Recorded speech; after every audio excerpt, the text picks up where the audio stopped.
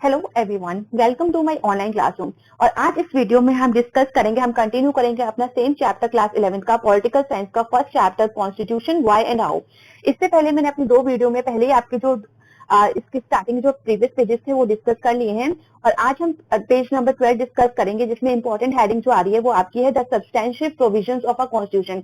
तो substantial provisions क्या होते हैं? तो ये प्रोविजंस वो होते हैं, कुछ इस तरह के लॉज होते हैं जो हम बार बार अमेंड करते हैं, बार बार अपडेटेड करते रहते हैं, ठीक है, time to time, according to the time. के पता है कि चेंज होती रहती हैं चीजें, तो उस हिसाब से हम अपडेटेड करते रहते हैं। इसके साथ ही अगर मैं लाइन पढ़ना स्टार्ट करूं तो ये है, it is the hallmark of a successful constitution that it gives everyone in society some reason to go along with its provision. ठीक है, तो हमारी सोसाइटी में हमारा जो कॉन्स्टिट्यूशन एक सक्सेसफुल हॉलमार्क की तरह है, एक ट्रस्टफुल चीज है, ट्रस्टफुल और प्रूफ के साथ हमें हर चीज प्रोवाइड करता है। और ये हमें रीजन देता है कि क्यों हमें इन प्रोविजंस को, इन लॉज को फॉलो करना चाहिए, ठीक है, इनके साथ क्यों मूव करना चाहिए। A constitution that for instance allowed permanent majorities to oppress minority groups within society would give minorities no reason to go along with the provision of the constitution।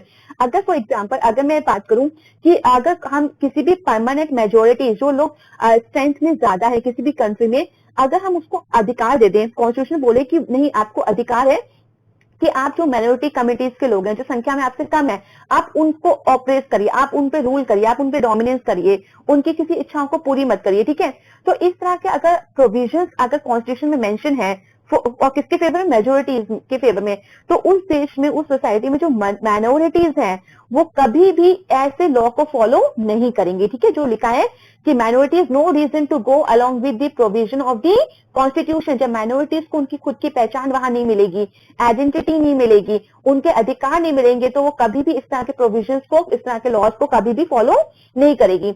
और a constitution that systematically privileged some members at the expense of others or that systematically entrenched the power of small groups in society। और अगर constitution इस तरीके का हो, suppose कि वो privilege, कुछ बेसिक अधिकार, बेसिक राइट्स दे दे सिर्फ कुछ लोगों को, ठीक है, सोसाइटी के, और कुछ लोगों को ना दे, तो इस तरीके से भी क्या होगा, वो जो प्रोविजंस है वो हर कोई सोसाइटी में फॉलो नहीं करेगा, वो जो लॉ है वो हर कोई सोसाइटी में फॉलो नहीं करेगा, और वो तब आपके लिए प्रॉब्लम स्टार्ट हो जाएगी। इसके बाद जो आपकी नेक्स्ट लाइन है वो है, if any group feels their identity being stifled they will have no reason to abide by the constitution. और अगर किसी भी ग्रुप को ये फीलिंग आ जाए, लगे कि उनके जो राइट्स हैं वो सफोकेट हो रहे हैं, ठीक है, उनको अच्छे से मिल नहीं रही हैं, तो वो कभी भी उस कॉन्स्टिट्यूशन को फॉलो ही नहीं करेंगे। कोई सवाल ही नहीं उठता कि वो उस कॉन्स्टिट्यूशन को फॉलो करें। No constitution by itself achieves perfect justice. और इस तरह से कोई भी कॉन्स्टिट्यूशन अपने आप से परफेक्ट जस्टिस जिसे कहते हैं वो अचीव नहीं कर पाएगा। वो गोल, जो न्यायपूर्ण संविधान होता है, वो कभी भी अचीव नहीं कर पाएगा। But it has to convince people that it provides the framework for pursuing basic justice.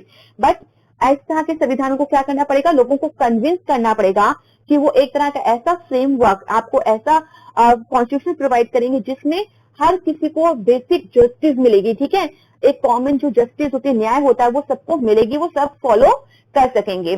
Do this thought experiment, ask yourself this question. ठीक है, इसको एक एक्सपेरिमेंट के थ्रू आप करके देखिएगा और इस सवाल अपने आप से पूछेगा, what would be the content of some basic rules in society such that they gave everyone a reason to go along with them। तो इसमें यही एक आपका बेसिक रूल्स होने चाहिए सोसाइटी के, जिसके अकॉर्डिंग आपको रीजन मिले कि जिसकी वजह से आप उस लॉ को फॉलो करें। ठीक है, उसको हमेशा ही अपनी लाइफ में एक हिस्सा, उसको आप एक रिस्पेक्ट दें, आप उसको फॉलो करें। और हम तभी फॉलो करेंगे कोई लॉ को जब वो हमें लगे कि हाँ ये सबके लिए इक्वल है, सबके लिए एक जैसा है, तभी हम उसको फॉलो करेंगे। अदरवाइज उसको बहुत सारे लोग जो है सोसाइटी में फॉलो नहीं करेंगे। ठीक है, फिर उसके बाद नेक्स्ट पैरा है, the more a constitution preserve the freedom and equality of all its members. ठीक है, इसके बाद ये देखिए, ये लाइन इंपॉर्टेंट जो आपको मार्क करनी है कि इसके अलावा जो कॉन्स्टिट्यूशन है वो क्या चीजों को प्रिजर्व करके रखता है, संभाल के रखता है, जनरेशन टू जनरेशन। ठीक है, तो हमारे लिए दो चीजें जो वो हमेशा संभाल के रखता है हमारा कॉन्स्टिट्यूशन, वो है freedom, and equality of all its members. हमारी सोसाइटी में चाहे कितने भी लोग हों, तरह तरह के लोग हों, बट उनकी जो फ्रीडम और इक्वालिटी है वो सब संभाल के रखी है। किसने संभाल के रखी है? कॉन्स्टिट्यूशन ने, ठीक है। It more likely is to be succeed, और इस तरह से हमें लगता है कि हाँ हम लाइफ में और सक्सेस कर पाएंगे, और जो हमारा कॉन्स्टिट्यूशन वो भी सक्सेस कर रहा है, क्योंकि इतना आसान नहीं होता है कि किसी आप एक चीज को जो इतनी सालों से लिखी हुई है उसको आप फॉलो कर रहे हो आज भी। Does the Indian Constitution, broadly speaking, give everyone a reason to go along with its broad outlines. तो इस तरीके से जो इंडियन कॉन्स्टिट्यूशन, जो भारतीय संविधान है, ब्रॉडली अगर मैं इसका मीनिंग बोलूं, इसका रीजन बोलूं, तो यही रीजन बनता है कि ये सबको एक समान रखता है, सबको एक समान स्वतंत्रता देता है, इक्वालिटी देता है। इसी वजह से इसको आज भी हम लोग फॉलो करते हैं अपनी लाइफ में। After studying this book one should be able to answer this question in the affirmative. तो इस बुक को पूरा का पूरी, तो देखिए चैप्टर है स्टार्टिंग का, इस बुक को जब आप पूरा पढ़ लेंगे तो आपको पूरा अपने इंडियन कॉन्स्टिट्यूशन के बारे में नॉलेज हो जाएगी, और इस तरह के क्वेश्चनों का आराम से आंसर दे पाएंगे, ठीक है। इसके बाद आपका बैलेंस इंस्टीट्यूशनल डिजाइन है कि किस तरह से पूरी जो पावर है शेयरिंग होती है वो किस तरह से बैलेंस की जाती है, different institution of the government, different organs of the government और different level of the government, ठीक है। इसको हम रीड करेंगे, बट इससे पहले मैं आपको जो पेज नंबर 12 में एक स्टोरी है नेपाल से रिलेटेड, वो एक बार डिस्कस कर लेते हैं। जिसमें मैंने आपको प्रीवियस वीडियो में एक्सप्लेन किया था कि नेपाल का कॉन्स्टिट्यूशन किस तरह से बना, ठीक है। Debate over constitution making in Nepal, तो हेडिंग ही है debate over constitution making in Nepal, कि नेपाल में किस तरीके से कॉन्स्टिट्यूशन बना, क्या बहुत इजी था वहां कॉन्स्टिट्यूशन बनना, डेमोक्रेटिक कॉन्स्टिट्यूशन या नहीं। तो मेकिंग का constitution is not always an easy and smooth affair. देखिए जो कॉन्स्टिट्यूशन बनाने का जो काम होता है वो इतना आसान और स्मूथ नहीं होता, ठीक है। इसके लिए बहुत मशक्कत करनी पड़ती है, बहुत मुश्किल होता है। तो नेपाल के अगर एग्जांपल देखा जाए तो Nepal is an example of the complicated nature of constitution making. अगर नेपाल का एग्जांपल देखा जाए कॉन्स्टिट्यूशन बनाने के लिए, तो यहाँ का जो प्रोसेस था बहुत ही कॉम्प्लिकेटेड था, बहुत मुश्किल था। क्यों मुश्किल था? क्योंकि सिंस 1948 से Nepal has had 5 constitution. Nepal के कितने कितने कॉन्स्टिट्यूशन थे? 5। कैसे? इन 1948, 1951, 1959, 1962 एंड 1990। तो ये इंपॉर्टेंट ईयर्स है, मतलब 5 बार उनका कॉन्स्टिट्यूशन बन चुका था, फिर भी वो अच्छे से वर्क नहीं कर रहा था। क्यों जरूरत पड़ती है कंट्रीज को कि बार बार वो कॉन्स्टिट्यूशन बनाए? क्यों? क्योंकि शायद उसके में कुछ ड्रॉबैक्स हो जाते हैं, ठीक है, डीमेरिट्स हो जाते हैं, नेगेटिव पॉइंट्स होते हैं।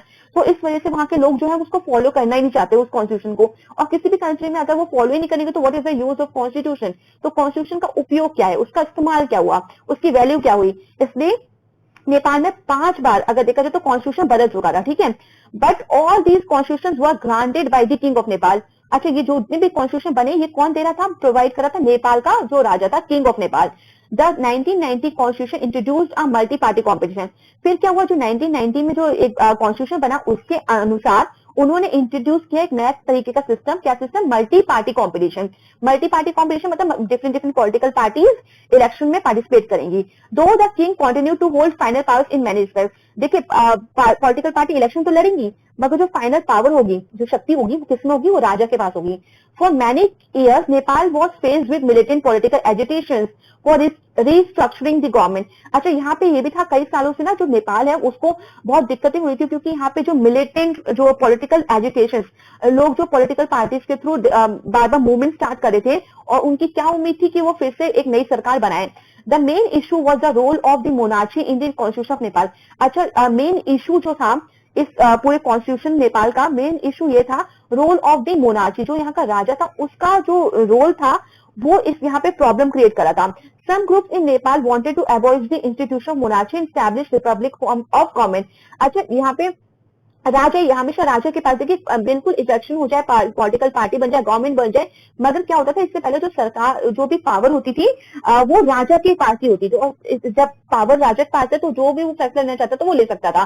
तो इस तरीके से जो ग्रुप थे, जो पॉलिटिकल पार्टीज बनी थी और भी कई ग्रुप थे, वो चाहते थे कि नेपाल में हम रिपब्लिकन सिस्टम लाएं, मोनार्ची का सिस्टम को खत्म कर दें, रिपब्लिकन सिस्टम लाएं, जिसमें हमारा जो हेड होगा वो हम कैसे कैसे इलेक्ट करें, हम उसको चुने, ठीक है, इलेक्शन के थ्रू हम उसको इलेक्शन के थ्रू उसको रिप्रेजेंट करें। ऐसा नहीं कि सिर्फ जनरेशन टू जनरेशन ये रेट्रिकल सिस्टम के कि जो राजा का बेटा है वही राजा बनेगा, इस प्रोसेस को फॉलो करते रहे, इस सिस्टम को फॉलो करते रहे। तो ये लोग नहीं चाहते थे वहां, बट जो वहां का राजा था वो तो जाहिर सी बात है वो तो ये चाहता है। Others believe that it may be useful to shift to limited monarchy with a reduced role for the king. अच्छा, कुछ लोगों का मानना था, कुछ लोगों का मानना रिपब्लिक सिस्टम लाते हैं वहां पे, रिपब्लिकन फॉर्म ऑफ गवर्नमेंट ला दे, और कुछ लोगों का मानना था क्यों ना कुछ पावर जो है वो लिमिटेड कर दे राजा को, और उसकी जगह थोड़ी सी पावर किसी और को दे दीजिए जाए, ठीक है, मतलब उसकी शक्तियां कम कर दे राजा को जो अनलिमिटेड पावर की। तो इसमें आप सोच सकते हैं कितना आसान काम नहीं है किसी राजा की पावर को लेना और किसी और को दे देना, क्योंकि राजा इस चीज के लिए एग्री नहीं होगा।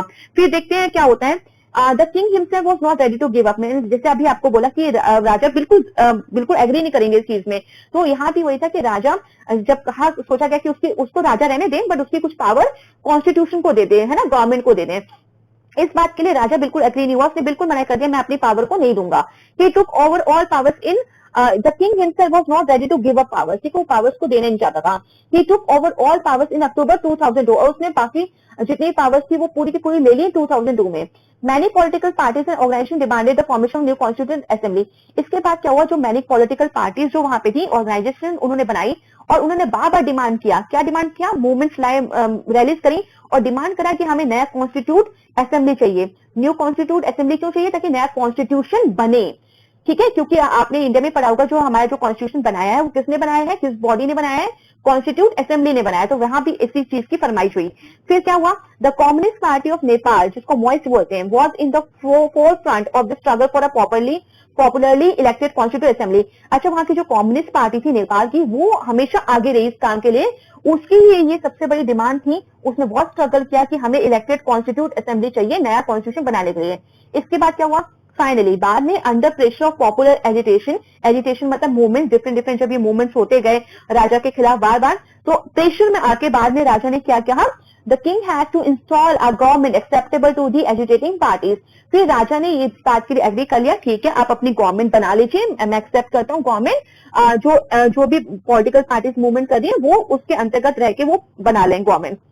This government has stripped the king of almost all powers.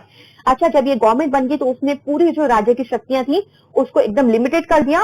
और in 2008 Nepal emerged as a democratic, आप कह सकते हो बिल्कुल छीन ली उसकी सारी की सारी शक्तियां, राजा की जो भी पावर इससे पहले थी उसके पास सारी शक्तियां छीन ली। और साथ में क्या हुआ लास्ट में, इन 2008 फाइनली लास्ट में 2008 में नेपाल एक ऐसी कंट्री के तौर पे निकला, उभर के आया, जो किस तरह की कंट्री थी, डेमोक्रेटिक रिपब्लिक, ठीक है। आई होप आपको इस वर्ड से मतलब पता हो, डेमोक्रेटिक का और रिपब्लिक का। अगर आपको नहीं पता तो प्लीज मुझे कमेंट में मेंशन करिएगा, मैं आपको एक्सप्लेन कर दूंगी फिर से। तो यहाँ पे Nepal emerge as a democratic, ठीक है, डेमोक्रेटिक जो वर्ड है वो ग्रीक लैंग्वेज से आया है, डेमो प्लस क्रेटिया, तो आप डेमो मीन्स होता है ना, तो इस स्टेप से फाइंड आउट करिएगा। फिर रिपब्लिक, तो आफ्टर एबोलिशिंग दी मोनार्ची, तो इसके बाद जो नेपाल था वो एक डेमोक्रेटिक रिपब्लिक कंट्री की तरह उभर के आया सामने, और इसने एबोलिश किया मोनार्चिकल सिस्टम को, ठीक है, अब राजा रानी वाला शासन खत्म हो गया। Finally Nepal adopted a new constitution in 2015। तो 2015 में 2008 के बाद जब वो डेमोक्रेटिक रिपब्लिक बन गया, उसके बाद उन्होंने कॉन्स्टिट्यूट असेंबली बनाई और कॉन्स्टिट्यूशन बनाने का काम स्टार्ट हुआ। और फिर उनका जो कॉन्स्टिट्यूशन बनके तैयार हुआ और फिर नेपाल ने अडॉप्ट किया अपना कॉन्स्टिट्यूशन किस साल में, 2015 में, ठीक है। तो ये आपका पूरा था एक्सप्लेनेशन, जो स्टोरी थी आपकी नेपाल की। इसके बाद चलिए हम अपना फिर से पूरी वाला जो टॉपिक था वो अपना कवर करते हैं। तो अब हमारी जो नेक्स्ट हेडिंग है वो है बैलेंस्ड इंस्टीट्यूशनल डिजाइन, ठीक है। जैसे मैंने इसको पहले बताया किस तरह से हमने सारी पावर शेयरिंग करी है, किस तरह से बैलेंस करा है पावर को। तो constitution are often subverted not by the people but by small groups who wish to enhance their own power, ठीक है। अगर कॉन्स्टिट्यूशन की बात करें तो कॉन्स्टिट्यूशन में ऐसा नहीं सिर्फ लोगों की बात की है, जनता की बात की है, पब्लिक की बात करी नहीं, उसके साथ हमने स्मॉल ग्रुप्स की बात करी है। हमारे कंट्री में डिफरेंट स्मॉल ग्रुप्स हैं, ठीक है, माइनॉरिटीज के बेस पे ले लीजिए, जेंडर के बेस पे ले लीजिए, रिलीजन के बेस पे ले लीजिए, कास्ट के बेस पे ले लीजिए, लैंग्विस्टिक बेस पे ले लिए। तो इस तरह से उन सबकी अपनी अपनी इच्छा है कि उन सबको पावर मिले, ठीक है। Well crafted Constitution fragment power in society intelligently so that no single group can subvert the constitution, ठीक है। तो क्या है कि कॉन्स्टिट्यूशन ने सबको इक्वली पावर दी है, पावर को अच्छे से बांटा है, इंटेलिजेंटली बांटा है सोसाइटी में, ताकि कोई भी एक single group can subvert the constitution, हमारे कॉन्स्टिट्यूशन को हानि ना पहुंचाए, ठीक है, उसको नुकसान ना पहुंचाए, उसकी हर चीज को फॉलो करें और एक स्टैब्लिश कॉन्स्टिट्यूशन बनाए। One way of such intelligent designing of a constitution is to ensure that no single institution acquires monopoly of power. इसके साथ हमारा कॉन्स्टिट्यूशन ये भी देखता है, उसको इस तरह से डिजाइन किया गया है ताकि कोई भी सिंगल इंस्टीट्यूशन, कोई भी एक गवर्नमेंट, कोई भी एक ऑर्गन ऑफ द गवर्नमेंट, कोई भी एक लेवल ऑफ द गवर्नमेंट जो है वो अपना मोनोपोली मतलब सेल्फ रूल ना कर ले, ऐसा ना किसी उसका राज चले और बाकी किसी का राज ना चले। This is often done by फ्रेगमेंटिंग power across different institution. तो इसका क्या तरीका ढूंढा, ये देखिए ये जो लाइन है ये आपका आंसर है, इसको मार्क कर लीजिए, ये 1 मार्क का आपका आंसर आराम से बन जाएगा। और अगर पूछा भी जाए तो आप आराम से बता सकते हैं कि दिस इज ऑफन डन, ठीक है। किस तरह से कोई भी एक अपनी पावर को मिस यूज नहीं कर सकता है, उसको अनलिमिटेड पावर नहीं मिल सकती। क्यों? क्योंकि हमने क्या किया, हमने क्या पावर को बांट दिया है, ठीक है। This is often done by फ्रेगमेंटिंग power across different institution. जितने भी इंस्टीट्यूशन है हमारे गवर्नमेंट के, हमने क्या किया, सबको पावर दे दी, है ना। बेशक कुछ ज्यादा दी कुछ कम दी, पर दे दी, बांट दी, एक जगह पावर नहीं रखी। क्योंकि एक जगह जब रखते हैं तो भाई फिर तो सत्यानाश होने के पूरे चांसेस होते हैं। फिर उसके बाद the Indian constitution for example horizontally fragments power across different institutions like the legislature, executive and the judiciary, and even independent statutory bodies like the election commission. तो अब अगर इंडियन कॉन्स्टिट्यूशन की देखें फॉर एग्जाम्पल पर्पज से कि हमने power कैसे divide करी है, तो हमारे डिफरेंट ऑर्गन्स होते हैं ऑफ द गवर्नमेंट, जैसे आपको पता होगा legislature, executive and the judiciary. इसको हम हॉरिजॉन्टली पावर शेयरिंग भी बोलते हैं। यहाँ पर क्लास 10 का सिविक्स का फर्स्ट चैप्टर भी था पावर शेयरिंग, जहां पे आपने पढ़ा था ये हॉरिजॉन्टल पावर शेयरिंग, जिसमें हम पावर को शेयर करते हैं legislative, executive and the judiciary. और ये 3 ऑर्गन्स होते हैं गवर्नमेंट के, ठीक है, 3 ऑर्गन्स होते हैं गवर्नमेंट के, और ये तीनों एक ही लाइन में होते हैं, ठीक है। इनके अपनी अपनी बराबर इक्वल डिस्ट्रीब्यूटेड पावर होती है, इनकी अपनी खुद की पावर होती है, और ये जब चाहे अपनी पावर को यूज कर सकते हैं। साथ ही ये एक दूसरे की पावर को चेक भी करते हैं, ठीक है। अगर किसी की पावर अनलिमिटेड है या लगता है इनको कि कोई अपनी पावर को मिस यूज कर रहा है, ठीक है, तो ये एक दूसरे पे नजर रखते हैं और उसकी पावर को बैलेंस करते हैं। तो इस वजह से इसके अंदर जो सिस्टम फॉलो किया जाता है चेक एंड बैलेंस का, वो किस में फॉलो करते हैं, वो करते हैं हॉरिजॉन्टली पावर शेयरिंग में, ठीक है। लेजिस्लेचर जैसे हमें पता है लॉ मेकिंग है, ऑर्गन है गवर्नमेंट का। एग्जीक्यूटिव इस लॉ को, जो लेजिस्लेशन लॉ बना है उसको एग्जीक्यूट करती है, ठीक है, उसको थोड़ा सा पास करती है, उसको प्रॉपर पब्लिक में यूज करवाती है। उसके बाद जो जुडिशरी है वो ये चेक करता है, ऑर्गन ये चेक करती है कि जो लॉ बनाया लेजिस्लेचर ने, जो लॉ एग्जीक्यूट किया एग्जीक्यूटिव ने, क्या वो लॉ जो है वो हर कोई इस्तेमाल कर रहा है, क्या उनके लॉ सेफ है, अच्छे से वो लॉ को इस्तेमाल कर, ऐसा तो नहीं कि उनके लॉ वायलेट हो रहे हैं, उनको उनके अधिकार नहीं मिल रहे हैं। तो ये सब चीजें होती हैं। और इसी के साथ जो इलेक्शन कमीशन होता है हमारा, उसको भी पूरी प्रॉपर इंडिपेंडेंट जो पावर है वो मिलती है। ये आप आगे इस बुक में पूरा पढ़ेंगे, इंडिविजुअल चैप्टर्स हैं आपके पूरे, एक एक लेजिस्लेचर अलग है, एग्जीक्यूटिव चैप्टर अलग है, जुडिशरी चैप्टर अलग है, इलेक्शन कमीशन चैप्टर अलग है। This ensures that even if one institution wants to subvert the constitution, others can check its transgressions, ठीक है। तो अगर कोई भी इनमें से एक इंस्टीट्यूशन हमारे कॉन्स्टिट्यूशन को नष्ट करना चाहता है, कुछ हानि पहुंचाना चाहता है, तो वो नहीं कर सकता, क्योंकि बाकी इंस्टीट्यूशन उसको उसमें नजर रखेंगे, ठीक है। ट्रांसग्रेशन होता है and act that goes against the law, rule of code of conduct. अगर कोई भी कोड ऑफ कंडक्ट को फॉलो नहीं करता तो उसको वो चेक करते हैं। And in code of conduct मतलब कोई भी लॉ को अगर फॉलो नहीं करते तो। And intelligent system of checks and balances has facilitated the success of the Indian constitution. और ये जो चेक और बैलेंस वाला सिस्टम होता है, वही हमारे इंडियन कॉन्स्टिट्यूशन की सफलता का राज है। इसके बाद देखिए नेक्स्ट तरह, another important aspect of intelligent institutional design is, अगर नेक्स्ट हम फेज देखें कि इंटेलिजेंट जो इंस्टीट्यूशनल डिजाइन, हमने पूरा इंस्टीट्यूशन का डिजाइन किया है, लेजिस्लेटिव, एग्जीक्यूटिव, जुडिशरी वाला, किस तरह से पावर को बैलेंस करते हैं, अच्छे से लॉ को पूरा अच्छे से मेंटेन करते हैं, तो इसका फायदे क्या होते हैं, ठीक है। तो इससे फायदे होते हैं right balance between certain values, एकदम बैलेंस हो जाता है हर चीज का, authoritative and at the same time allow enough flexibility in its operations to adapt to changing needs and circumstances. इसके साथ ही हमें इनफ टाइम, सेम टाइम पे हमें ये अलाउ भी करता है कि अगर सपोज हमें पता है टाइम के अकॉर्डिंग हर चीजें चेंज होती हैं, तो लॉ भी चेंज होते हैं, ठीक है। अकॉर्डिंग टू आवर नीड्स और सर्कमस्टांसेस बहुत सारी चीजें चेंज होती हैं, तो उसके अकॉर्डिंग भी हम इन सब चीजों को बैलेंस कर सकते हैं। Too rigid a constitution is likely to break under the weight of change, ठीक है। अगर आपका कॉन्स्टिट्यूशन बहुत कठोर है, अगर वो इजिली आप चेंज नहीं कर पाते, तो ये क्या होगा, आगे चल के फ्यूचर में वो लॉ कोई मानेगा नहीं और कॉन्स्टिट्यूशन के बहुत चांसेस है कि वो टूट सकता है, चेंज हो सकता है, जैसे हमने नेपाल के केस में देखा। और अगर कॉन्स्टिट्यूशन इतना फ्लेक्सिबल हुआ कि उसको will give no security, predictability और आइडेंटिटी टू आवर पीपल, और अगर इतना फ्लेक्सिबल हुआ कि हर कोई उसको चेंज कर दे रहा है, ठीक है, जिसको देखो वो आराम से उसको चेंज कर रहा है, नया कॉन्स्टिट्यूशन बना रहा है, तो भी वो अच्छा नहीं है लोगों के लिए, क्योंकि फिर लोग उसको मिसयूज करेंगे। Successful constitution strike the right balance between preserving core values and adapting them to new circumstances. तो एक अच्छा सक्सेसफुल कॉन्स्टिट्यूशन वही होता है जो राइट बैलेंस करे, ठीक है, हर चीज को राइट बैलेंस करे, वैल्यूज को बैलेंस करे, और न्यू जब भी कोई सर्कमस्टांसेस आते हैं, कोई भी चेंज आता है, तो उसको भी अडेप्ट करे। ठीक है, टाइम टू टाइम अमेंडमेंट के थ्रू, हमने पढ़ा है ना संशोधन वर्ड अमेंडमेंट, कि अगर हम अपने फंडामेंट मतलब जो भी कॉन्स्टिट्यूशन में लिखा है उसको चेंज तो नहीं कर सकते, बट कुछ अमेंडमेंट्स के थ्रू कुछ इंप्रूवमेंट कर सकते हैं। You will notice the wisdom of makers of the Indian constitution in the chapter on the constitution as a living document. अच्छा, जिन्होंने हमारा कॉन्स्टिट्यूशन बनाया, जो मेकर्स थे कॉन्स्टिट्यूशन के, आप उनके बारे में ये भी देख सकते हैं कि वो कितने बुद्धिमान थे, कि उन्होंने जो इंडिया का कॉन्स्टिट्यूशन है उसको किस तरह से ट्रीट करते हैं, एज अ लिविंग डॉक्यूमेंट। हमारा जो कॉन्स्टिट्यूशन है एक जिंदा डॉक्यूमेंट की तरह हम उसको ट्रीट करते हैं, क्योंकि आज भी ये उतना ही वर्क करता है जितना उन दिनों में करता था। तो ये पूरा आप चैप्टर 9 में इसके बारे में पढ़ेंगे कि किस तरह से इंडियन कॉन्स्टिट्यूशन को हम लोग लिविंग डॉक्यूमेंट भी बोलते हैं। ठीक है, बाय स्ट्राइकिंग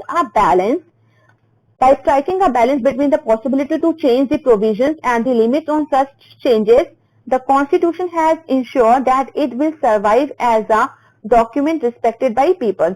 ठीक है, इसके साथ ही जैसे हमने बैलेंस करी, हर चीज पॉसिबली जो भी चेंज होते हैं, जो भी प्रोविजंस होते हैं, उसके अकॉर्डिंग जो भी चेंजेस हैं, और वो हम आराम से उसको लिमिट में रखते हैं, उसको चेंज भी करते रहते हैं। The constitution has also insured कि जो डॉक्यूमेंट्स, जितने भी डॉक्यूमेंट्स हमारे कॉन्स्टिट्यूशन है वो रिस्पेक्टेड बाय पीपल। ठीक है, लोग उसकी रिस्पेक्ट करें। This arrangement also ensure that no section or group can on its own subvert the constitution. और ये भी अरेंज करता है, इस अरेंजमेंट को इंश्योर करता है कि कोई भी जो भारत का कोई भी जो हमारी कंट्री के कोई भी लोग हैं, किसी भी सोसाइटी के किसी भी ग्रुप के लोग हैं, वो किसी तरह से हमारे कॉन्स्टिट्यूशन को कोई नुकसान ना पहुंचाएं। ठीक है, Therefore, और कभी भी इसके जो लिमिटेशन है उसको क्रॉस ना करें। Therefore, in determining whether a constitution has authority, you can ask yourself 3 question. तो अब हम इसकी अथॉरिटी को लेके, कि कॉन्स्टिट्यूशन की क्या पावर है, क्या अथॉरिटी है, ठीक है, किस स्टैंडर्ड का है ये, किस पोस्ट पे ये काम करता है। तो इससे रिलेटेड हमारे कुछ क्वेश्चन हैं जो हम डिस्कस करते हैं। Were the people who enacted the constitution credible? जिन लोगों ने ये जो कॉन्स्टिट्यूशन बनाया है, क्या वो क्रेडिबल है? क्या आप ये सोच सकते हैं कि आप उस पर ट्रस्ट कर सकते हैं, बिलीव कर सकते हैं उन लोगों पे कि उन्होंने अच्छे से बनाया है, इसको हमारे लिए यूजफुल है कि नहीं है? This question will be answered in the remaining part of this chapter. तो आपको इस क्वेश्चन का आंसर आगे पार्ट में जब हम पढ़ेंगे इस चैप्टर को, तो वो पूरा मिल जाएगा। ठीक है, इसके बाद आप देखो सेकंड क्वेश्चन आता है, Did the Constitution ensure that powers was intelligently organized so that it was not easy for any group to subvert the Constitution? इसके साथ ही ये चेक किया गया है कि हर कॉन्स्टिट्यूशन जो है हमारा, उसने हर एक ग्रुप को क्या अच्छे से पावर दी है? क्या कोई भी ग्रुप जो है इसको सबवर्ट नहीं कर सकता? ठीक है, एक एस्टैब्लिश सिस्टम बनाया कॉन्स्टिट्यूशन का, ताकि कोई भी इसको अच्छे से मतलब इजिली हार्म ना पहुंचा सके एंड चेंज ना कर सके। And most importantly, does the constitution give everyone same reason to go along with it? और क्या कॉन्स्टिट्यूशन ने सबको अच्छे से रीजन दिया है कि हम जो भी कॉन्स्टिट्यूशन में लिखा है हम उसको क्यों फॉलो करें? ठीक है, ये question, most of the question आपको जो ये क्वेश्चन है वो बुक में मिल जाएंगे। ऑल्सो इज द कॉन्स्टिट्यूशन, अब जो हमारा नेक्स्ट क्वेश्चन वो है, is the constitution the locus of people's hopes and aspiration? कि कॉन्स्टिट्यूशन फोकस करती है पीपल के होप्स और एस्पिरेशन पे। The ability of the constitution to command voluntary allegiance of the people depends to a certain extent upon whether the constitution is just. What are the principles of justice underlying the Indian Constitution? The last chapter of this book will answer this question. तो अब जो ability है constitution की, वो किस तरह से काम करता है, किस तरह से लोग डिपेंड है, किस तरह से कॉन्स्टिट्यूशन एक न्यायपूर्ण तरीके से उनको उनके अधिकार देता है। तो इस तरह की जो चीजें हैं, जो पार्ट है, वो हम नेक्स्ट आपके जो चैप्टर्स है उसमें इसको कंप्लीट करेंगे। इसके बाद जो आपकी नेक्स्ट हेडिंग है वो है how was the Indian constitution made? ठीक है, इंडियन कॉन्स्टिट्यूशन बना कैसे? तो let us find out how the Indian constitution, तो आप देख लेते कैसे बना। Formally the constitution was made by the constituent assembly. जैसे मैंने आपको पहले बता दिया कि जो बॉडी कॉन्स्टिट्यूशन बनाती है उसको, उस संस्था को हम कॉन्स्टिट्यूट असेंबली बोलते हैं, which had been elected for undivided India. अच्छा, ये जब कॉन्स्टिट्यूट असेंबली बनी थी तब हमारा जो कंट्री था इंडिया, वो डिवाइडेड नहीं थी। ठीक है, पाकिस्तान डिवाइड नहीं हुआ था। It had it's first sitting, जब फर्स्ट सिटिंग हुई तो वो कब हुई? ऑन 9 दिसंबर 1946। जब ये लोग बैठे कॉन्स्टिट्यूट असेंबली में संविधान बनाने, तो वो इस तारीख को बैठे थे, फर्स्ट मीटिंग हुई थी। एंड रीअसेंबल, और उसके बाद फिर मिले थे as constitute assembly for divided India on 14 August 1947। तो आप डेट देख सकते हैं 14 अगस्त 1947। जब ये दोबारा मीटिंग हुई कॉन्स्टिट्यूट असेंबली बनाने के लिए, तब कंट्री क्या हो गई थी? डिवाइड हो गई थी। ठीक है, डिवाइड हो गई थी इंडिया, कब हुई थी? पूरा लिखा है 14 अगस्त 1947 में ये फिर से बैठे, कॉन्स्टिट्यूट असेंबली बैठी कॉन्स्टिट्यूशन बनाने के लिए। इस members were chosen bye indirect election by the members of the provincial legislative assembly. जो इस कॉन्स्टिट्यूट असेंबली में जो मेंबर्स चुने गए थे ये कॉन्स्टिट्यूशन बनाने के लिए, वो किस द्वारा चुने गए थे, किस इलेक्शन के थ्रू चुने गए थे? इनडायरेक्ट। देखिए दो तरह के इलेक्शन होते हैं, डायरेक्ट इलेक्शन, एक इनडायरेक्ट इलेक्शन। तो इनडायरेक्ट इलेक्शन के थ्रू चुने गए थे सारे मेंबर्स। तो कहां से चुने गए थे? प्रोविंशियल लेजिस्लेटिव असेंबलीज से। क्योंकि उस टाइम जो कुछ हमारे जो आज इंडिपेंडेंट स्टेट्स हैं, जैसे ना यूपी बिहार सारे स्टेट्स हैं, उस टाइम ऐसा नहीं था। उस टाइम हमारे प्रोविंसेस में बटे थे स्टेट्स, ठीक है। That had been established under, मतलब under the government of India. तो ये जो प्रोविंशियल लेजिस्लेटिव असेंबलीज थे, ये किसके किसके उसमें आती थी? ये आती थी गवर्नमेंट ऑफ इंडिया एक्ट 1935 के अकॉर्डिंग स्टैब्लिश की गई थी, ठीक है। The constitute assembly was compose रफली along the line suggested by the plan proposed by the committee of the British cabinet known as the cabinet mission. तो ये Britishers के टाइम में जो प्रोविंसेस बनाई गई थी, उसी में हमारी लेजिस्लेटिव असेंबली स्टार्ट की थी कि आप अपने कॉन्स्टिट्यूशन को बना सकते हो कॉन्स्टिट्यूट असेंबली के थ्रू, ठीक है। और इसके साथ ही जो ये कॉन्स्टिट्यूशन बनाने का जो आइडिया आया, वो किस प्लान, किस मिशन से लिया गया था? वो लिया गया था, कमिटी थी एक ब्रिटिश कैबिनेट, जिसका नाम, जिसको बोला जाता था कैबिनेट मिशन, ठीक है। तो इसी से हमारा जो कॉन्स्टिट्यूशन कॉन्स्टिट्यूट असेंबली का आइडिया लिया गया, इसी प्लान के अकॉर्डिंग बनाया गया। तो इस प्लान के कुछ पॉइंट्स हैं जो हमें डिस्कस करना है, और ये इंपॉर्टेंट पॉइंट्स हैं जो आपको याद भी रखने हैं। तो ईच प्रोविंस, पहले कैसे कौन कौन सी चीजें इन्होंने स्टार्ट की? ईच प्रोविंस, जो भी आपकी प्रोविंस थी, एंड ईच प्रिंसली स्टेट। देखिए कुछ प्रोविंस थी जो ब्रिटिश के अंदर आती थी, और कुछ इसमें प्रिंसली स्टेट थे जो राजा शासन करते थे कुछ स्टेट्स पे, और group of states were allotted to seats proportional to their respective population रफली, ठीक है। तो उसमें एक सीट, जैसे अगर रेशो देखा जाए तो सीट प्रोपोर्शनल होता था अकॉर्डिंग टू द पॉपुलेशन, ठीक है। जैसे मान लीजिए एक प्रिंसली स्टेट है और उसकी पॉपुलेशन 10 लाख है, 1 लाख है, तो एक सीट वहां से रिजर्व हो गई, ठीक है।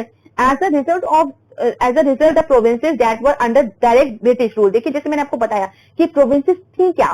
प्रोविंसेस, तो प्रोविंसेस वो एरिया थे जो किसके कंट्रोल में थे? डायरेक्ट ब्रिटिश रूल के। और प्रिंसली स्टेट वो स्टेट थे जो राजा के अंदर आते थे, राजा रानी के उसमें आते थे शासन में, और वो टैक्स वगैरह पे कर देते थे ब्रिटिशर्स को। और प्रोविंसेस वो एरियाज होते थे, वो मतलब 4-5 राज्यों को मिला के एक प्रोविंस बनती थी, एक 4-5 स्टेट्स को मिला के एक प्रोविंस बनती थी, जो किसके डायरेक्ट कंट्रोल में थी? ब्रिटिश रूल के कंट्रोल में थी। वर टू इलेक्ट 292 मेंबर्स। तो कितने मेंबर्स चुने थे? 292 members, while the princely state were allotted a minimum of 93 seats, ठीक है। तो इसका मतलब प्रोविंसेस से 292 मेंबर्स चुने जाएंगे, और जो प्रिंसली स्टेट थे राजा रानी वाले, वहां से कितने? मिनिमम, ठीक है, कम से कम 93 सीट वहां के लिए थे। The seats in each province were distributed among the 3 main communities. अच्छा अब ये देखिए कि जो सीट रिजर्व करी गई थी इस प्रोविंस में, जो ब्रिटिश के रूल के डायरेक्ट कंट्रोल में आती थी, वो 3 मेन कम्युनिटीज के अंदर थी। एक थी मुस्लिम, सिख और जनरल, ठीक है, एंड जनरल।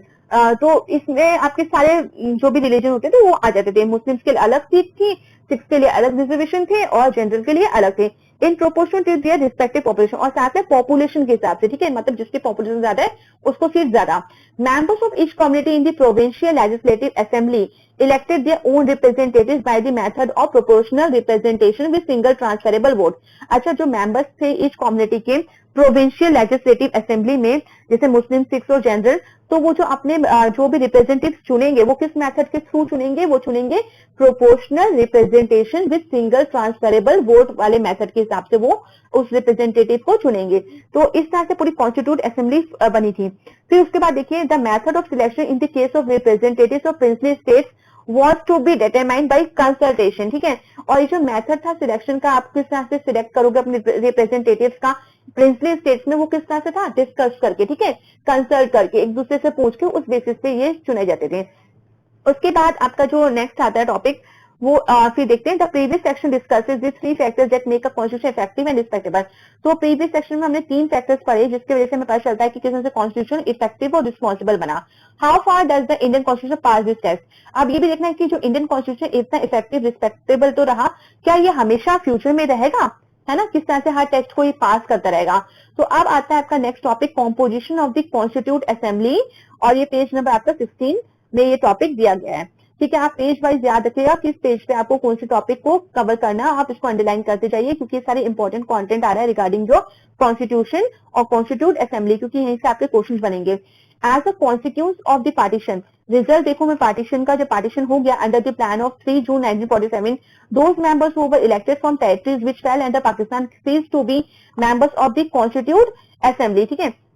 तो क्या हुआ, जो मेंबर्स इलेक्ट हुए थे फ्रॉम टेरिटरीज, जो विच फेल अंडर पाकिस्तान, जो पाकिस्तान की टेरिटरीज के मेंबर्स चुने गए थे, cease to be members of the constitute assembly, तो उनको अब मना कर दिया गया, ठीक है, कि अब आप जो है कॉन्स्टिट्यूट असेंबली के पार्ट नहीं है। तो the number of members in the assembly was reduce to 299, तो आप जो मेंबर्स थे कॉन्स्टिट्यूट असेंबली के वो कम हो गए, ठीक है, क्योंकि पाकिस्तान वाले तो हम ऐड करेंगे नहीं, तो वो कम हो गए, और अब कितने हो गए 299।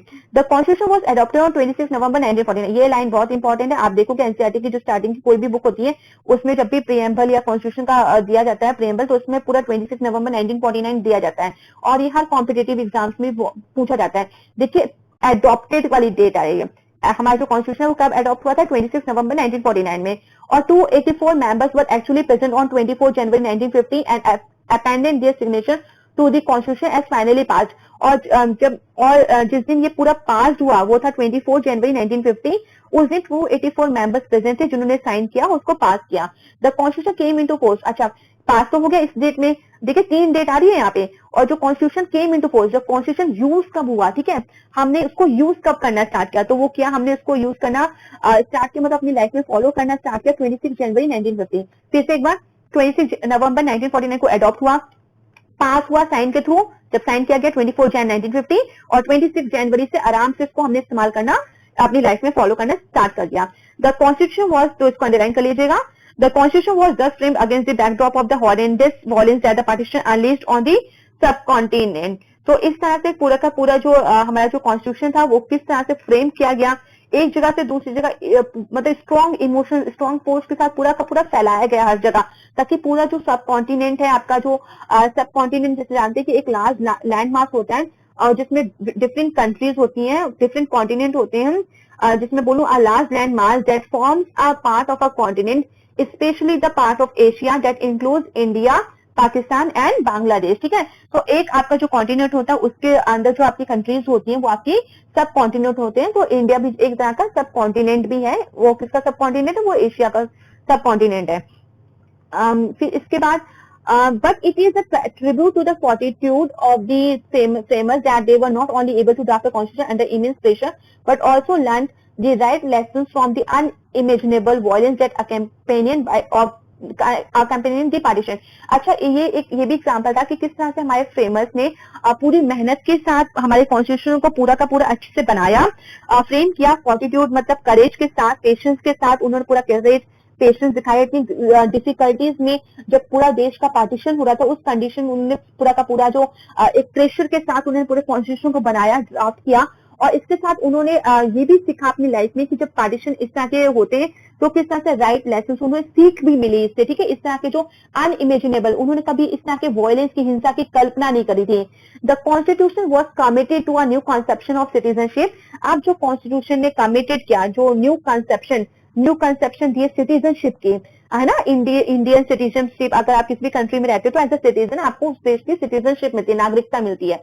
Where not only would minorities be secure but religious identity would have no bearing on citizenship rights. तो इस तरह से मेन मोटिव ये था कि यहाँ पे जितने भी नागरिक रहे उनको नागरिकता मिले, और माइनॉरिटीज जो कम्युनिटी यहाँ पे रहेंगी उनको पूरी सुरक्षा मिले। अगर मैं भारत की बात करूं तो इंडिया ही ऐसा कंट्री है जहाँ पे हर धर्म के, हर लैंग्वेज, हर कल्चर के लोग रहते हैं, और उनको बिल्कुल वेलकम किया गया कि आप यहाँ रहिए आराम से, आपको मतलब आपके अधिकारों के साथ आप सिक्योर हो, यहाँ पे आपकी लाइफ सिक्योर है और आप यहाँ पे आराम से रहिए। हर एक माइनॉरिटी कम्युनिटी को यहाँ पे अधिकार मिला है।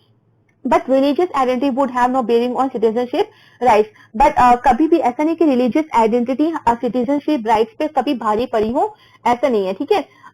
बेयरिंग मतलब अ रिलेशन और connection to the subject being discuss. तो ऐसा कभी नहीं हुआ कि रिलीजियस आइडेंटिटी आपके ऊपर रखे, नहीं, रिलीजियस लैंग्वेज आइडेंटिटी ऊपर ना रखे, हम किस चीज को ऊपर रखें, सिटीजनशिप राइट्स को। But this account of the composition of the constitution assembly that drafted the constitution touches upon only the surface of how our constitution was made. तो हमारा मेन मोटिव ये जो हमने कॉम्पोजिशन पूरा का पूरा कॉन्स्टिट्यूशन असेंबली बनाई, उसने पूरा ड्राफ्ट किया कॉन्स्टिट्यूशन को, उसका मेन मोटिव यही था कि how our constitution was made, ठीक है, किस तरह से कॉन्स्टिट्यूशन को बनाया जाए अच्छे से। ऑल दो the members of the assembly were not elected by universal suffrage. अच्छा, जो भी मेंबर्स असेंबली के, जो कॉन्स्टिट्यूशन असेंबली बनाई गई उसके जो मेंबर्स थे वो भी कोई यूनिवर्सल सफरेज के अकॉर्डिंग नहीं चुने गए। यूनिवर्सल सफरेज होता है राइट टू कास्ट वोट, ठीक है। 18 ईयर्स से जो आप एज ज्यादा हो जाती है तो फिर आपको अधिकार मिलता है वोट के, तो उस हिसाब से उस अकॉर्डिंग नहीं बनी थे, उस हिसाब से ये मेंबर्स नहीं चुने गए थे असेंबली के। There was a serious attempt to make the assembly a representative body, और इनके पास एक सीरियस इन्होंने अटेम्प्ट किया किस तरह से जो कॉन्स्टिट्यूट असेंबली इसको एक रिप्रेजेंटेटिव बॉडी बनाए, ठीक है। Members of all religions were given representation under the scheme described above, और इसके अकॉर्डिंग क्या किया, जब ये कॉन्स्टिट्यूशन बनाया, कॉन्स्टिट्यूशन असेंबली बनी, तो इसमें रिप्रेजेंटेटिव वो हर धर्म से रिप्रेजेंटेटिव्स को चुना गया, ठीक है। In addition the assembly had 28 members from the scheduled castes, ठीक है। और इस असेंबली में कॉन्स्टिट्यूट असेंबली में 28 जो मेंबर्स थे वो किस कास्ट के थे, वो दलित कास्ट के थे, आपके शेड्यूल्ड कास्ट से थे। In terms of political parties, अगर टर्म्स पॉलिटिकल पार्टीज की बात करें तो कांग्रेस हम जानते हैं बहुत काफी सालों से काम कर रही है यहाँ पे इंडिया जैसे कंट्री में। तो in terms of political party जो कांग्रेस थी डोमिनेट की असेंबली, इसने हमेशा डोमिनेट किया असेंबली पे, ठीक है। क्यों? क्योंकि इसके मेंबर्स की ज्यादा सीट होती थी, ऑक्यूपाई करते थे, वही जीतते थे और वही ऑक्यूपाई करते थे। जैसे यहाँ पे बताया गया the Congress dominated the assembly occupying as many as 82% of the seat in assembly after the partition. Partition के बाद अगर कॉन्स्टिट्यूट असेंबली में जिसको ज्यादा सीट मिली वो थी कांग्रेस पार्टी, 82 सीट्स पे इन्हीं के मेंबर्स थे। The Congress itself was such a diverse party that it managed to accommodate almost all shades of opinion within it। अच्छा, कांग्रेस पार्टी की बात करें तो ये अपने आप में इतनी डाइवर्सिटिक पार्टी है, इसमें अपने इनके अंदर ही इतने मतभेद है, इतने शेड्स आपको ओपिनियन के मिलेंगे, आपको इसमें एक जैसे कलेक्टिव तरह की जो थिंकिंग होती है वो आपको इस पार्टी में नहीं मिलेगी। इसके बाद आपका पेज नंबर 16 कंप्लीट हो गया। अब जो पेज नंबर 17 है उसमें आपका इंपॉर्टेंट टॉपिक है द प्रिंसिपल ऑफ डेलीगेशन, ठीक है, डेलिब्रेशन। तो इसको हम डिस्कस अभी बिल्कुल करेंगे कि what is the meaning of deliberation और what is the use of this deliberation. तो ऑल दिस पॉइंट्स बिल्कुल स्टार्ट करते जो नेक्स्ट हेडिंग है आपकी पेज नंबर 17 पे, द प्रिंसिपल ऑफ डेलिब्रेशन, ठीक है। तो किस तरह से जो कॉन्स्टिट्यूट असेंबली में किस तरह से डिस्कशन के थ्रू, किस तरह से ना डिबेट के थ्रू, किस तरह से उन्होंने पूरा ये जो कॉन्स्टिट्यूशन था वो फ्रेम किया था, वो हम इस हेडिंग के अंदर पढ़ने वाले हैं, ठीक है। और डन ऑन पर्पस, ठीक है। हम कोई भी चीज जब डिस्कस करते हैं या कोई भी चीज डेलिब्रेशन करते हैं तो किसी पर्पस के थ्रू करते हैं, प्लानिंग के थ्रू करते हैं। The authority of the constitution assembly does not come only from in fact that it was broadly दो नॉट परफेक्टली रिप्रेजेंटेटिव। अगर बात करें कॉन्स्टिट्यूशन असेंबली की तो इसमें जो अथॉरिटी थी किस तरह से ये पूरी की पूरी हम कहें तो ये परफेक्ट नहीं थी, रिप्रेजेंटेटिव नहीं थी। It comes from the procedures it adapted to frame the constitution and its values its member brought to their deliberation, ठीक है। तो इसके जो मेंबर्स थे किस तरह से उन्होंने कॉन्स्टिट्यूशन को फ्रेम किया, जो भी वैल्यूज थी इस कॉन्स्टिट्यूशन की और जो मेंबर्स थे किस तरह से उन्होंने डेलिब्रेट करके फुल प्लानिंग के साथ ये सब काम जो थे वो करे, फ्रेम किया। While in any assembly that claims to be representative, it is desirable that diverse sections of society participate। अगर किसी भी बात करें किसी भी तरह की असेंबली की और बोले कि वो रिप्रेजेंटेटिव थी, क्लेम करें कि हाँ वो रिप्रेजेंटेटिव थी, ठीक है, तो इसका मतलब उसमें जो सोसाइटी के हर सेक्शन ने पार्टिसिपेट किया हो। अगर सेक्शन के हर एक इंसान ने उसमें पार्टिसिपेट किया तब तो हम उसको रिप्रेजेंटेटिव बोल सकते हैं, जो क्लेम करती कि हाँ वो रिप्रेजेंटेटिव थी, तो उस चीज को हम फॉलो मान लेंगे, ठीक है। अदरवाइज हम परफेक्टली उसको मान नहीं सकते कि वो रिप्रेजेंटेटिव थी। It is equally important that they participate, और ये भी इंपॉर्टेंट है that they participate not only as representatives और देयर ओन आइडेंटिटी और कम्युनिटी।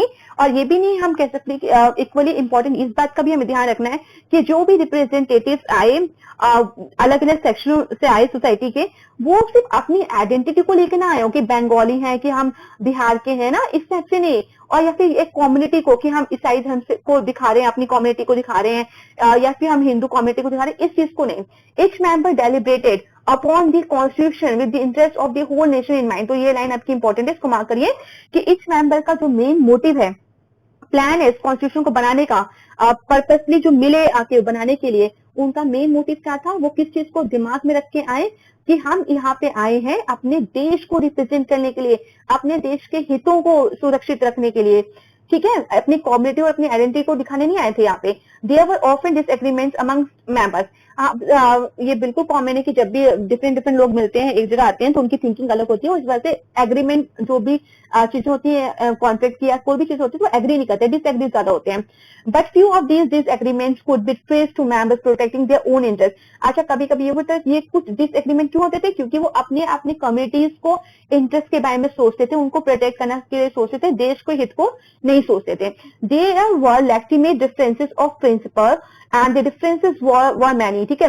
और अगर लीगली डिफरेंसेस भी देखे जाए थ्योरेटिकली तो बहुत अलग लगते हैं। Should India adopt a centralise और डिसेंट्रलाइज सिस्टम ऑफ गवर्नमेंट? क्या इंडिया ने जो अडॉप्ट किया है सेंट्रलाइज और डिसेंट्रलाइज सिस्टम ऑफ गवर्नमेंट, जो यहाँ पे सरकार है वो सेंट्रलाइज मतलब पावर जो सिर्फ एक ही गवर्नमेंट के पास है, या डिसेंट्रलाइज या डिसेंट्रलाइज मतलब पावर को बांट दिया है अलग अलग ऑर्गन ऑफ द गवर्नमेंट में। What should be the relations between the state and the centre? तो देखिए ये क्वेश्चन आ गया किस तरह से, क्योंकि पावर जो है ऐसे डिवाइड करी है, सेंट्रलाइज ना करके स्टेट्स को भी पावर दी गई है। तो रिलेशन क्या है दोनों के बीच में, स्टेट्स और सेंटर के बीच में क्या रिलेशन है? What should be the powers of the judiciary? Judiciary की क्या पावर है? Should the constitution protect property rights? क्या आपको लगता है कॉन्स्टिट्यूशन प्रॉपर्टी राइट्स को प्रोटेक्ट करता है? Almost every issue that lies at the foundation of a modern state was discussed with a great sophistication. तो इस तरह के जो भी क्वेश्चन है वो हम बहुत ही सोफिस्टिकेटेड वे में, quality of a person who have great skill, ठीक है, जो ये सोफिस्टिकेशन मींस कि एक कोई ऐसा पर्सन उसकी क्वालिटी को बहुत ही ज्यादा जिसके पास ग्रेट स्किल हो। तो इस टाइप से हम पूरे के पूरे टॉपिक्स को इसको डिस्कस करेंगे। Only one provision of the constitution was pass without virtually any debate. सिर्फ एक ही प्रोविजन है कॉन्स्टिट्यूशन की जो बिल्कुल आराम से पास कर दी गई विदाउट एनी डिबेट के, और वो क्या थी? The introduction of universal suffrage. ठीक है, क्या थी वो provision? The introduction of universal suffrage. Underline करिए, 1 mark question. The introduction of universal suffrage, इसका मतलब क्या होता है? Meaning that all citizen reaching a certain age. अभी सर्टेन एज कोई सी पूछ सकती है जो सरकार वहां चुने, तो अभी जैसे ये 18 ईयर एज, ठीक है, would be entitled to be voters irrespective of religion, caste, education, gender और इनकम। तो यूनिवर्सल सफरेज का मतलब मैंने आपको पहले भी बता दिया है। तो इसका मतलब ये होता है कि एक पर्टिकुलर एज पे, एक सर्टेन एज पे जब आप पहुंचते हो तो आपको राइट टू कास्ट वोट मिल जाता है without any discrimination of religion, caste, education, gender और इनकम। इसको बोलते हैं यूनिवर्सल एडल्ट सफरेज। अब इसको बोलते हैं एडल्ट सफरेज, ठीक है, universal adult suffrage.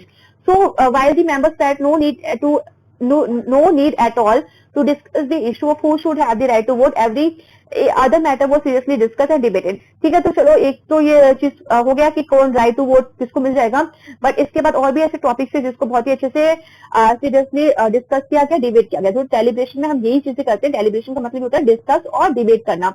Nothing can be a better testament to the democratic commitment of this assembly. ठीक है, तो इससे बेहतर जो कोई भी आप टेस्टामेंट, आप कोई भी प्रूफ नहीं दे सकते थे कि ये ट्रू है, ये सब चीजें जो हमारा कॉन्स्टिट्यूशन है वो एकदम ट्रू है, और जो हमारी कॉन्स्टिट्यूशन असेंबली ने हमारे जो कॉन्स्टिट्यूशन को फ्रेम किया वो बिल्कुल ट्रू है, बिल्कुल सत्य है। The constitution drew its authority from the fact that members of the constitute assembly engage in what one might call public reason. ठीक है, कॉन्स्टिट्यूशन बनाने का एक रीजन ये भी था इसके मेंबर्स को कि कॉन्स्टिट्यूट असेंबली के सारे जो मेंबर्स थे इंगेज थे किस किस चीज में? Call public reason. ठीक है, एक पब्लिक रीजन भी होना चाहिए। तो ये पब्लिक रीजन क्या था?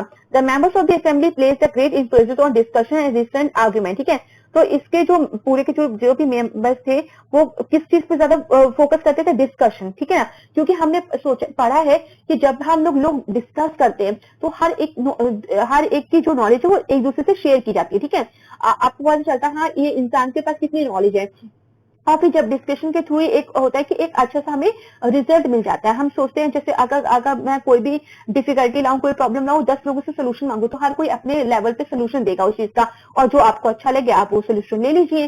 तो इस तरह से रीजन आर्ग्यूमेंट है ना, तो एक अच्छे रीजन लॉजिकल आर्ग्यूमेंट्स होते थे। They did not simply advance their own interest but gave principle reason to other members for their position. तो वो सिर्फ अपने इंटरेस्ट के बारे में नहीं सोचते थे, बट एक वैल्यूबल रीजन देते थे क्यों हमें ये लॉ बनाना चाहिए, क्यों हमारे प्रोविजन ये रखनी चाहिए कॉन्स्टिट्यूशन में जिससे सब लोगों को फायदा हो।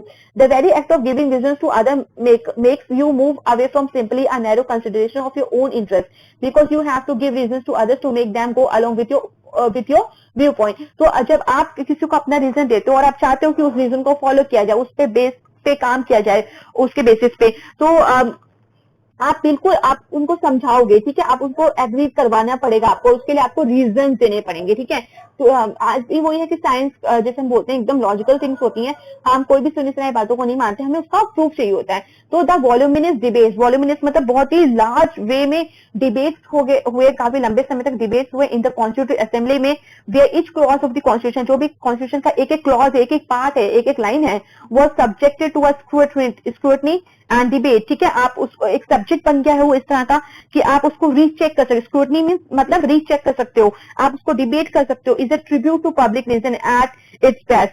तो एक तरह से ट्रिब्यूट है पब्लिक रीजन को, किस तरह से पब्लिक में वहां पे डिस्कस किया, रीजनेबली डिस्कस किया, तो उसका ये बहुत अच्छा उदाहरण है। This debate deserve to be memorised as one of the most significant chapters in the history of constitution making, equally important to the French and American revolution। तो इस तरह का जो ये डिबेट है एकदम मेमोराइज्ड है, मतलब आप मेमोरी में अपने बहुत आगे तक याद कर सकते हैं। आज भी हम लोग पढ़ रहे हैं तो हम इस चीज को याद ही कर रहे हैं कि किस तरह से पूरा का पूरा कॉन्स्टिट्यूशन बना। तो इसके पीछे भी पूरी की पूरी हिस्ट्री है, पूरी की पूरी कहानी है, ठीक है, स्टोरी है। तो इसी तरह से बिल्कुल इसकी इतनी इंपॉर्टेंस है जिस तरह की फ्रेंच रेवोल्यूशन की इंपॉर्टेंस रही दुनिया में, वर्ल्ड में, और अमेरिकन रेवोल्यूशन की इंपॉर्टेंस रही वर्ल्ड में। फिर इसके बाद आपका नेक्स्ट हेडिंग आता है प्रोसीजर्स, ठीक है, किस तरह से प्रोसीड किया गया हर काम को। The importance of public reason was impression in the mundane procedures of the assembly as well, ठीक है। तो इस तरह से जो म्यूंडेन वर्ड है इसका मतलब तो सोशल, ठीक है, अर्थ है। तो इस धरती पे जिस तरह से पब्लिक रीजन की इंपॉर्टेंस रही, तो इस तरह से प्रोसीडिंग चलती रही असेंबली की as well. The constitute assembly had 8 major committees on different subjects, ठीक है। तो ये जो प्रोसीजर्स में आप देखोगे तो आपको पूरे के पूरे जो 8 मेजर कमिटीज बनाई गई। Constitute assembly had 8 major committees on different subject, different subjects को लेके, जैसे रिलीजन ले लो, आप किसी भी चीज को सपोज कर लीजिए, डिफरेंट सब्जेक्ट से 8 कमिटीज बनाई, ठीक है, कॉन्स्टिट्यूट असेंबली के अंदर। और यूजली जवाहरलाल नेहरू, राजेंद्र सरदार पटेल और B R Ambedkar chair this committees. और इन जैसे महानुभावों को इनका जो चेयर पर्सन बनाया गया, इन कमिटीज का हेड बनाया गया। These were not man who agreed with each other on many things, और ये वो इंसान थे जो एक दूसरे से जल्दी एग्री नहीं करते थे उनकी चीजों से। Ambedkar had been a bitter critic of the Congress and Gandhi. अगर अम्बेडकर जी की बात करें तो वो हमेशा एक बहुत ही क्रिटिक बने रहे कांग्रेस और गांधी जी के। उनकी जो थिंकिंग थी वो इन लोगों से मिलती नहीं थी। accusing them of not doing enough for the upliftment of scheduled castes। इनका हमेशा अम्बेडकर जी का ये कहना था कि इन कांग्रेस और गांधी जी ने कभी भी शेड्यूल कास्टेस के अपलिफ्टमेंट के लिए कोई काम नहीं किया, ठीक है, इनको ऊपर लाने के लिए कभी कोई काम नहीं किया, इनकी भलाई के लिए कभी कोई काम नहीं किया। Patel and Nehru disagreed on many issues. अच्छा, जो पटेल और नेहरू जी थे वो उनके इश्यूज बहुत होते थे, उनके भी बातें जो उनकी सोच मिलती नहीं थी। Nevertheless they all work together, मगर कोई बात नहीं, उन सब ने मिलकर काम किया। Each committee usually drafted particular provisions of the constitution।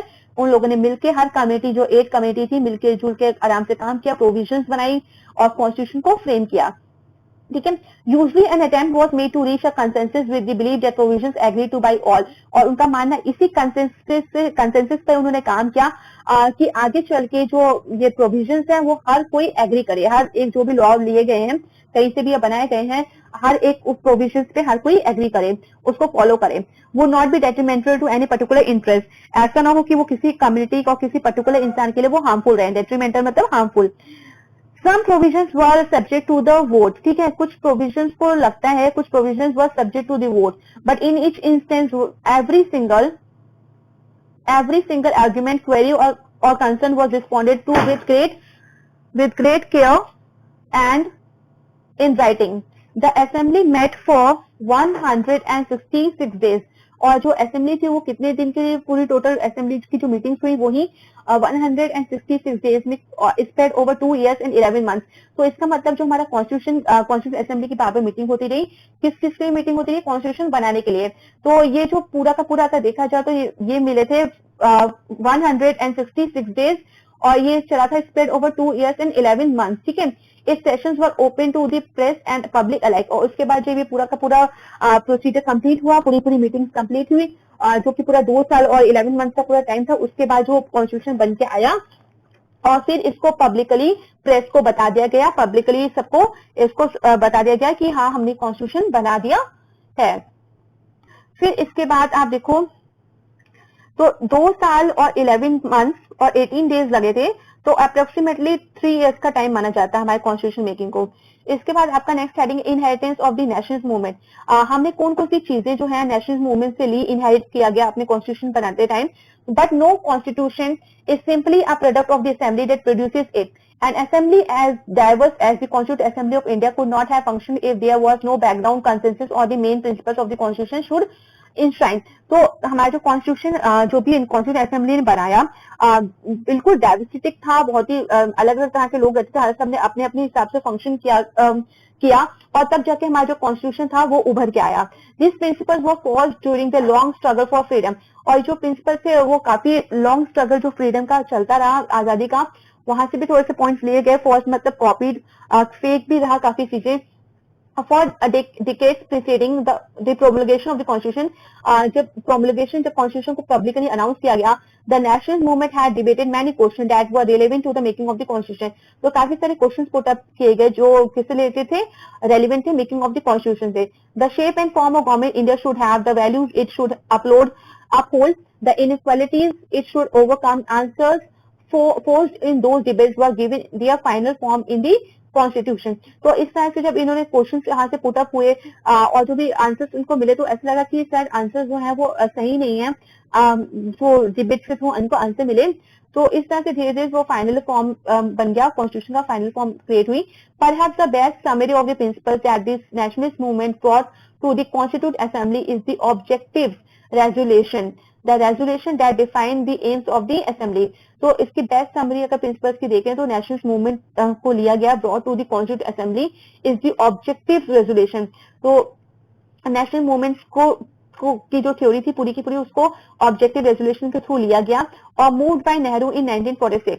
This resolution encapsulated the aspirations and values behind the constitution. तो इन्हीं जो रेजोल्यूशन थे इसी को मेनली इनकैप्सुलेट किया गया, इन सब पॉइंट्स लिखे गए, इसी को डिजायर माना गया और इसी के अकॉर्डिंग कॉन्स्टिट्यूशन ने काम करना स्टार्ट किया। What the previous section terms as substantive provisions. तो पिछले मैंने आपको टर्म में बताया पिछले सेक्शन में कि सब्सटेंटिव प्रोविजंस क्या होते हैं। ऐसे प्रोविजन जो टाइम टू टाइम जो लॉ होते हैं वो उसको अपडेट करते रहते हैं of the constitution, is inspired by and summed up by the values incorporated in the objective resolution. तो इस तरह के जो सब्सटेंटिव प्रोविजंस है उनको टाइम टू टाइम चेक किया गया, उनको अच्छे से updated करा गया according to the objective resolution, और based on this resolution our constitution gave institutional expression to these fundamental commitments। तो इसके बाद ही हमारा जो इंडियन कॉन्स्टिट्यूशन था उसने एक्सप्रेशन जो इंपॉर्टेंट वर्ड्स थे उनको इंक्लूड किया, फंडामेंटल कमिटमेंट दी, किस किस वर्ड्स को दिया, equality, liberty, democracy, sovereignty and a cosmopolitan identity। Thus our constitution is not merely a maze of rules and procedures but a moral commitment to establish a government that will fulfill the many promises that the nationalist movement had before the people।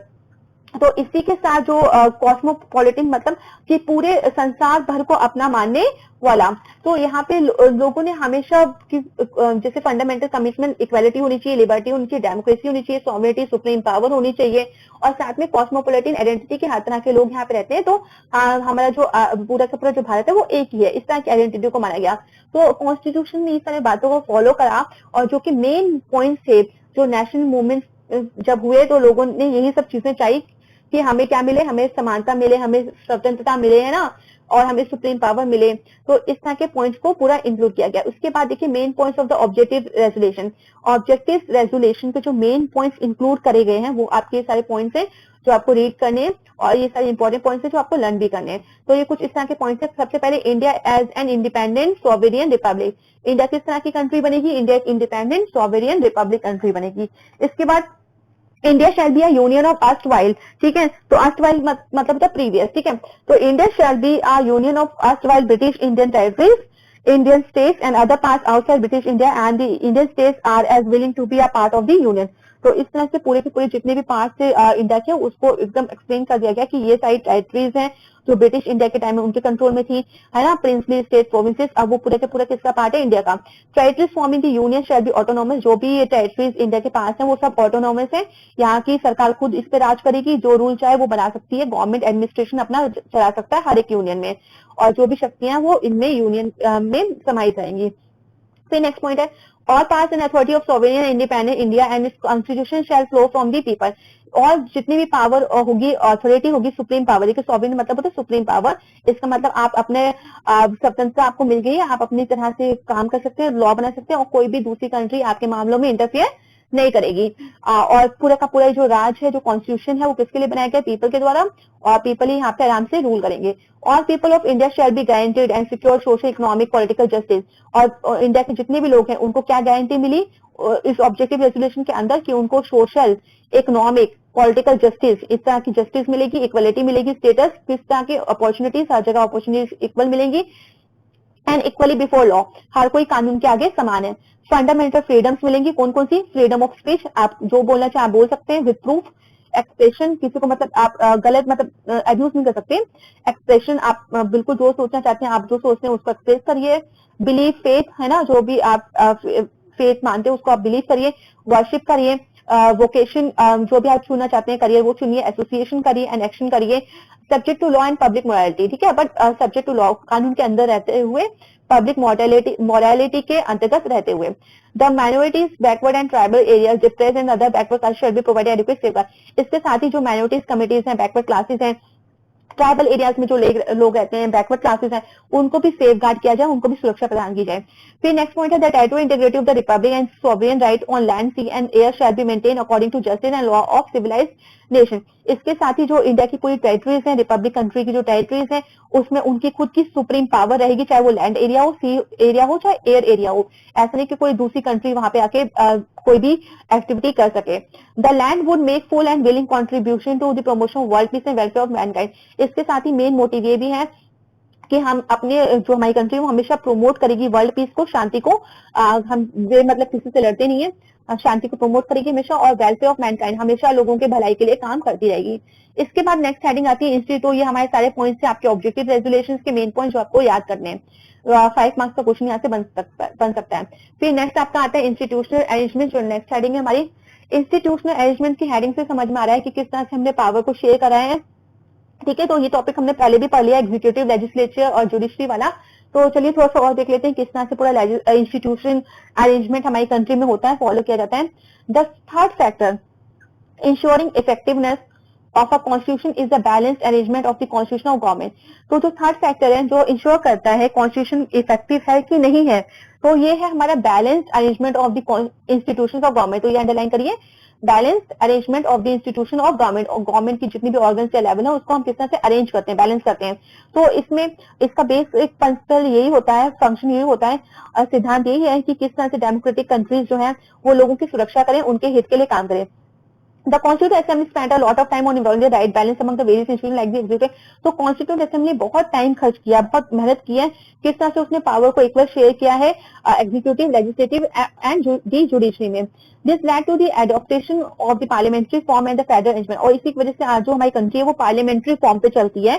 यहाँ पे parliamentary form जैसे through out the world देखा जाए तो presidential form पाई जाती है, कुछ countries में मोनार्चिकल फॉर्म पाई जाती है, तो किसी में तो यहाँ पे पार्लियामेंट्री फॉर्म पाई जाती है, इसमें पार्लियामेंट है, Lok Sabha, Rajya Sabha. And the federal arrangement, federal arrangement भी है यहाँ पे, ठीक है। यहाँ पे फेडरल अरेंजमेंट मतलब की पावर जो है वो एक जगह सेंट्रलाइज नहीं है बल्कि डिवाइडेड है different level of the government में, which would distribute government powers between the, जैसे बोला है government powers between the legislature executive on the one hand and between the states and central government, ठीक है। तो फेडरल जो यहाँ पे एकदम इन्होंने लाइन बोली, पार्लियामेंट्री फॉर्म होती है और फेडरल अरेंजमेंट होता है, ठीक है। तो आपका पार्लियामेंट्री फॉर्म में होगा किस तरह से पावर को डिवाइड किया लेजिस्लेचर, एग्जीक्यूटिव, जुडिशरी में एक हाथ में, और दूसरे तरीके से सेंट्रल और स्टेट गवर्नमेंट के बीच में। While involving the most balanced government arrangements, the makers of our constitution did not hesitate to learn from experiments experiences of other countries। ठीक है, तो अगर हम पूरा बैलेंस गवर्नमेंटल अरेंजमेंट्स का देखें तो हमारे मेकर्स ने जो हमारे कॉन्स्टिट्यूशन को बनाया था उन्होंने कभी ये शर्म नहीं करी, कभी ये हिचक नहीं करी कि हम दूसरों के एक्सपेरिमेंट से एक्सपीरियंसेस सीखें, ठीक है, दूसरी कंट्रीज के।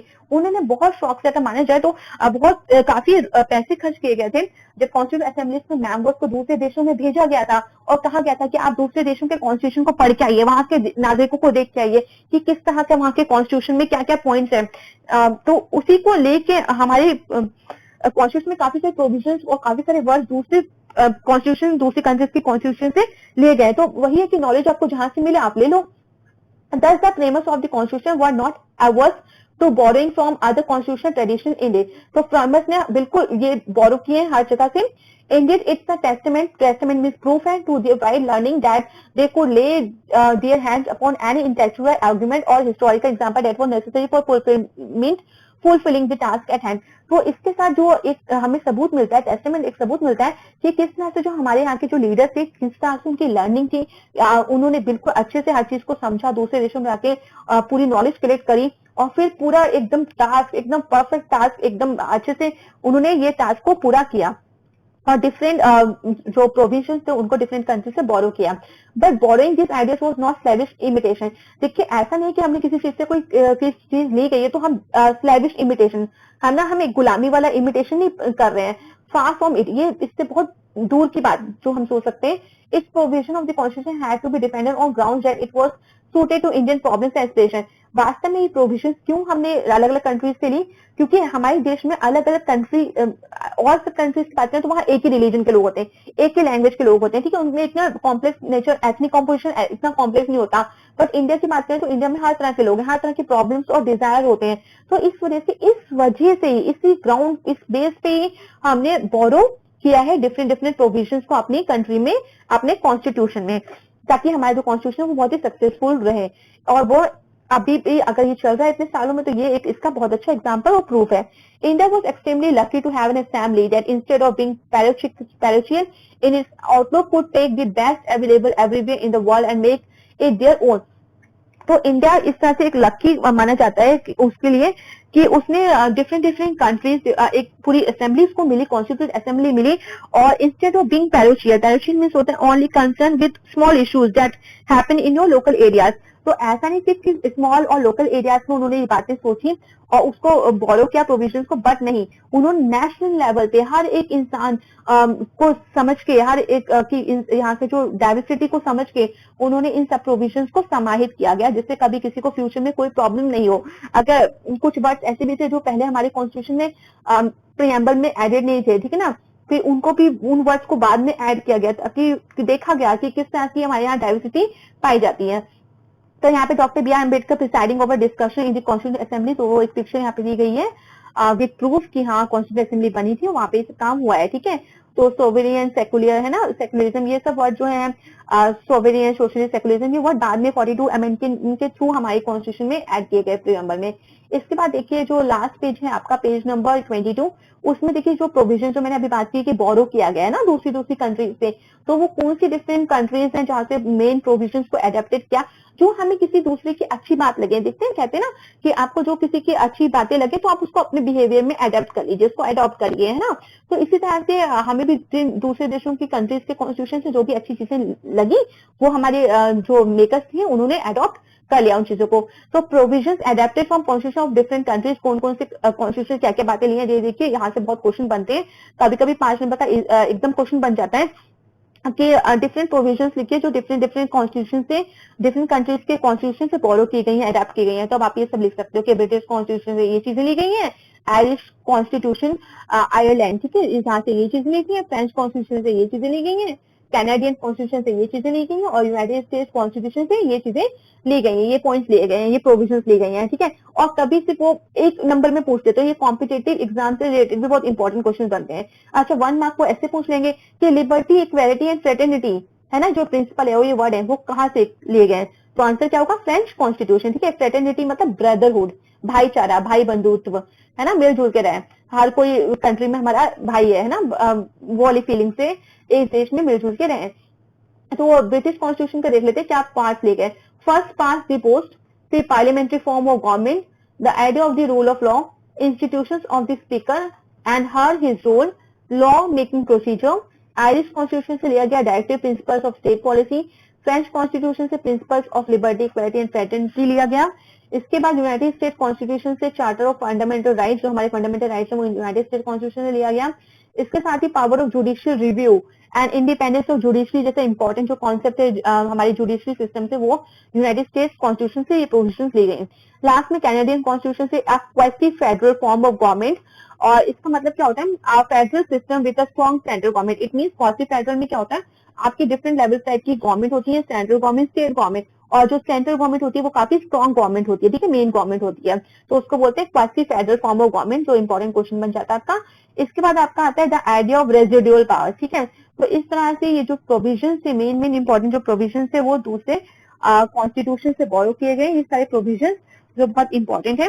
तो इस तरह से हमारा ओवरऑल पूरा चैप्टर कंप्लीट हुआ। लास्ट में आपका कंक्लूजन है that it is a, मैं read कर देती हूँ, it is a tribute to the wisdom and foresight of the makers of the constitution that they presented to the nation a document that enshrine fundamental values and highest aspirations shared by the people. This is one of the reasons why this most intricately crafted document has not only survived but become a living reality. When so many other constitutions have perished with the paper they were first written on. तो यहाँ पे पूरा का पूरा यही बताया किस तरह से हमारे जो कॉन्स्टिट्यूशन मेकर्स थे उनके विजडम की बात करेंगे, उनके फोरसाइट की बात करेंगे, दृष्टि की किस तरह से उन्होंने देखा अपने देश के आगे चल के कि किस तरह के एस्पिरेशंस हो सकते हैं लोगों के, और उसके अकॉर्डिंग पूरी हर चीज को कॉन्स्टिट्यूशन में पहले मेंशन कर दी गई। और इसी का एक एग्जांपल है कि आज भी हम सब लोग मिलजुल के इस कंट्री में रहते हैं। ऐसा और कंट्रीज की तरह देखें तो हमारा जो डॉक्यूमेंट जो हमारा कॉन्स्टिट्यूशन है वो अभी भी लिविंग कॉन्स्टिट्यूशन की तरह हम उसको ट्रीट करते हैं, लिविंग डॉक्यूमेंट की तरह ट्रीट करते हैं। दूसरी कंट्रीज की तरह नहीं कि उनका कॉन्स्टिट्यूशन एक दिन में बना, पेपर पे लिखा और खत्म भी हो गया।